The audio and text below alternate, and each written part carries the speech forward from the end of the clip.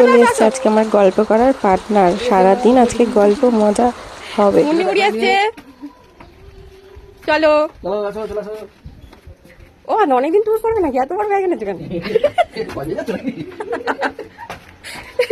আসলে বাবান্দা কাজে যাবে তাই ব্যাগটা নিয়ে এসেছে সাথে করে। একটু ইয়ার্কি মারছিলাম বাবান্দার সাথে।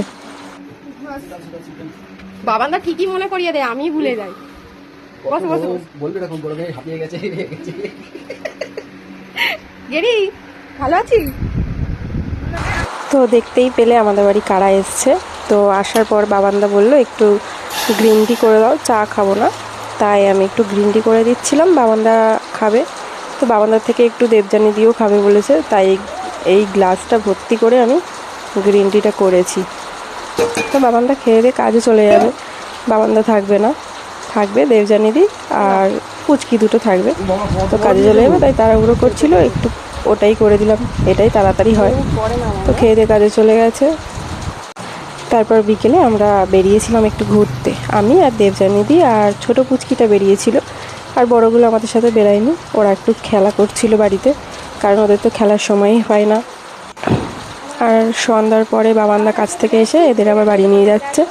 থাকতে বলেছিলাম, ওরা থাকলো না, তো বাড়ি চলে যাচ্ছে, আবার পরে একদিন আসবে।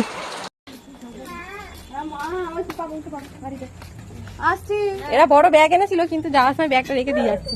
আর ব্যাগে করে আমাদের জন্য কি অনেক কিছু এনেছিল। তো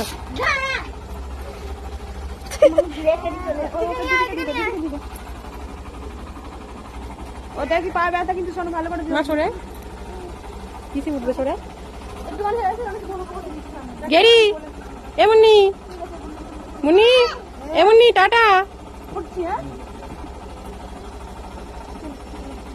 টাটা, ব্যাগটা সরাম দেখবেন। টাটা, হাত দিয়ে কর, হাত দিয়ে টাটা টাটা